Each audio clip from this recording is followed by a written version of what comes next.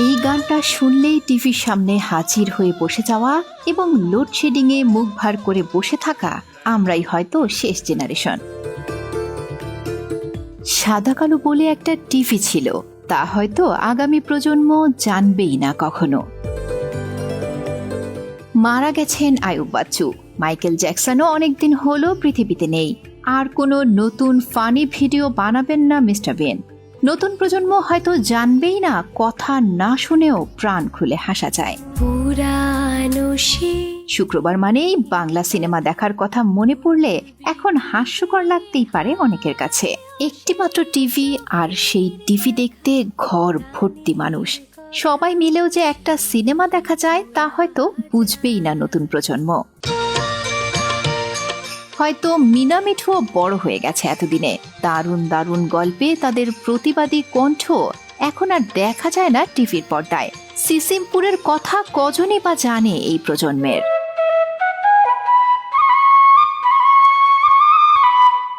চায়ের দোকানে একগাদা মানুষ, নদীতে দল বেঁধে গোসল, কিছুই পাবে না।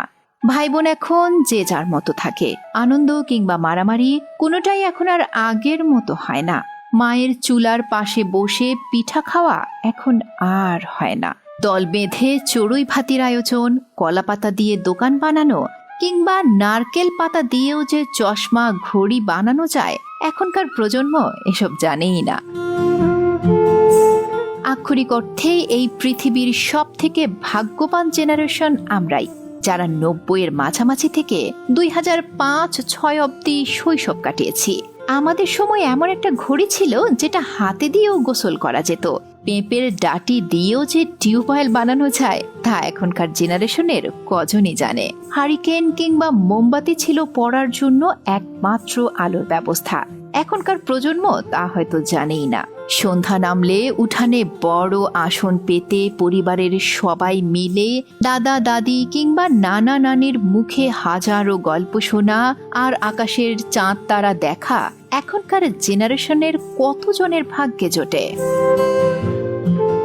সালমান শাহ আর কখনো বাংলা সিনেমায় আসবেন না। রাজ্জাক, রাজীব, হুমায়ুন ফরিদি সহ সবার অভিনয় কি অসাধারণ ছিল। টেলিসামা দিলদাররা তো অনেক আগেই চলে গেছেন। আমরাই হয়তো শেষ জেনারেশন যারা মাঠে খেলতে বল কেনার জন্য সবাই মিলে টাকা জমাতাম। একটা ব্যাট কিনতে আমাদের অনেক কষ্ট হতো। নিজের বলে কোনো মোবাইল ছিল না। তথ্য আদান প্রদানের একমাত্র মাধ্যম ছিল চিঠি।